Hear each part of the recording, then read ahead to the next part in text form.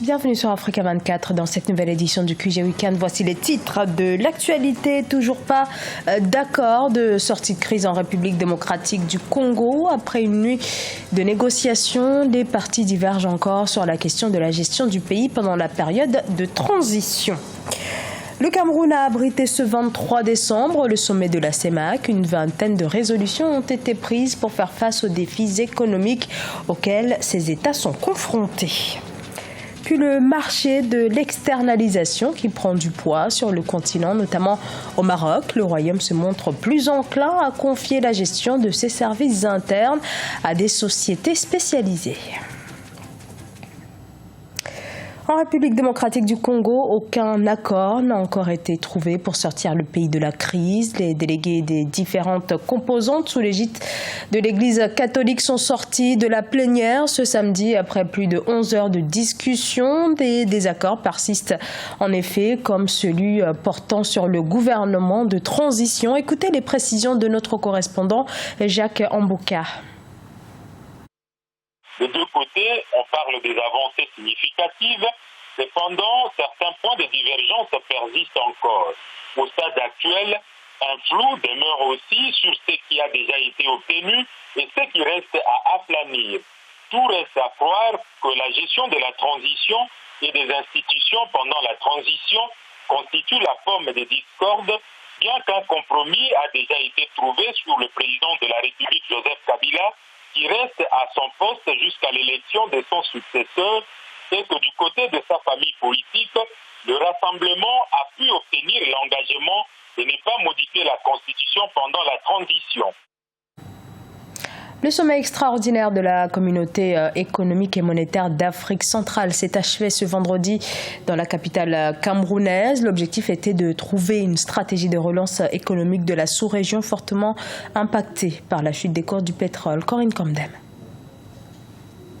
Le sommet extraordinaire des chefs d'État de la CEMAC, convoqué par le président camerounais Paul Biya, s'est clôturé ce vendredi 23 décembre à Yaoundé au Cameroun. Les assises qui se sont tenues au Palais de l'Unité en la présence de ses homologues tchadiens, gabonais, congolais, centrafricains et équato-guinéens avaient pour principal objectif de réfléchir sur un ajustement des économies des États membres de la zone CEMAC afin d'amorcer leur relance dans les meilleurs délais. Je pense que ce sommet spécial nous a permis de prendre l'exacte mesure des défis à relever et d'arrêter de manière concertée les solutions de nature à franchir ce cap périlleux. Je crois qu'il convient de souligner cet élan de solidarité active encouragé par nos amis traditionnels. Solidarité qui vise à sortir notre sous-région de ses difficultés actuelles. Nos échanges ont bien montré, me semble-t-il, que des actions conjuguées garantiraient davantage d'efficacité dans le présent contexte. Durement affectées par la chute des cours du baril de pétrole, les économies des pays de la communauté économique et monétaire de l'Afrique centrale peinent à décoller. Les chefs des États de l'organisation sous-régionale se sont donc entendus dans la mise en place des diverses résolutions qui ont été prises à cette occasion. La stratégie collective qu'il conviendra de mettre en œuvre devrait porter sur un certain nombre de points fondamentaux. Au plan budgétaire, pour préserver un solde soutenable, il serait nécessaire d'élargir l'assiette fiscale pour améliorer le niveau des recettes et la qualité de la dépense.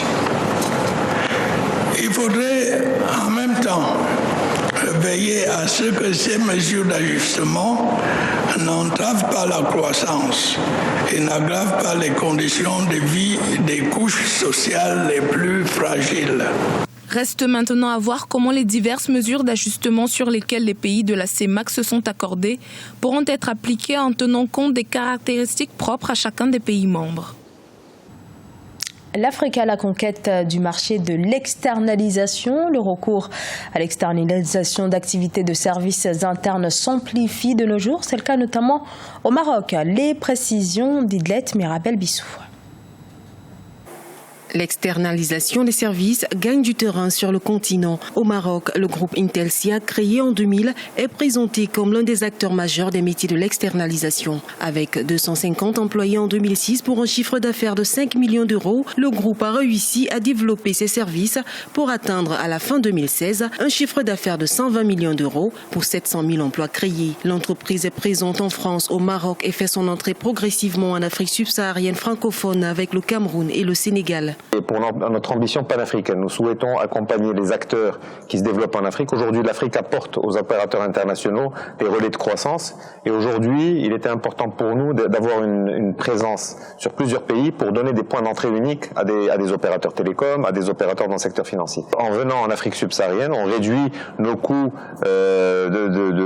de production de l'ordre de 20 à 30%.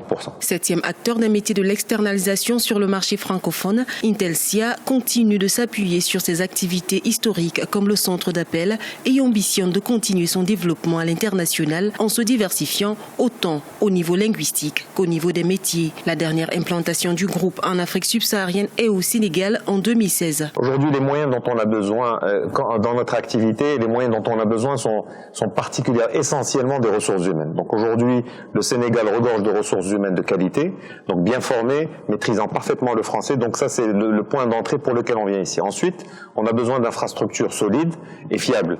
Donc aujourd'hui, le Sénégal offre des infrastructures télécom de bon niveau et offre également des infrastructures en termes de locaux qui commencent à être aux standards internationaux. Donc ces raisons nous ont poussé à venir à Dakar. En Afrique subsaharienne francophone, l'outsourcing ou l'internalisation des métiers avec le groupe marocain Intelsia continue à étendre ses services. Après le Cameroun en 2015 et le Sénégal en 2016, 2017 verra probablement l'entrée en liste de la Côte d'Ivoire. Les métiers de l'externalisation se présentent comme un nouveau marché de l'emploi et de diversification d'expériences professionnelles sur le continent. Un vaccin contre le virus Ebola a été trouvé. L'annonce a été faite ce jeudi par l'OMS, l'Organisation mondiale de la santé. Ce vaccin a été mis au point par le laboratoire américain Merck. Il a été injecté en Guinée à près de 6000 personnes ayant eu un contact avec un patient atteint par le virus. Aucun d'eux n'a développé la maladie. Il s'agit d'une avancée majeure face à cette épidémie qui sévit depuis 1976 et entre 2014 et 2015. Il avait fait plus de 11 000 victimes en Afrique de l'Ouest. En République du Congo, le championnat national de tennis de table se tient actuellement. Ce championnat très attendu est couplé à la coupe du président Denis Sassou Nguesso qui permettra de détecter les jeunes talents. C'est un reportage de Deva Panzou, notre correspondant au Congo.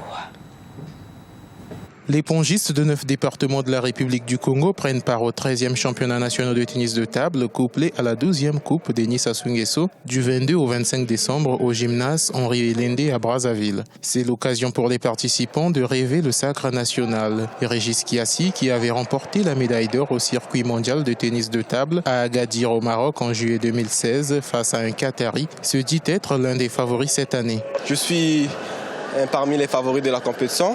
La compétition dernière que j'ai remportée au Maroc, c'était le circuit mondial. Mon ambition est de remporter le titre parce que ça fait là beaucoup d'années que j'ai perdu ce titre. Je perds chaque fois au final.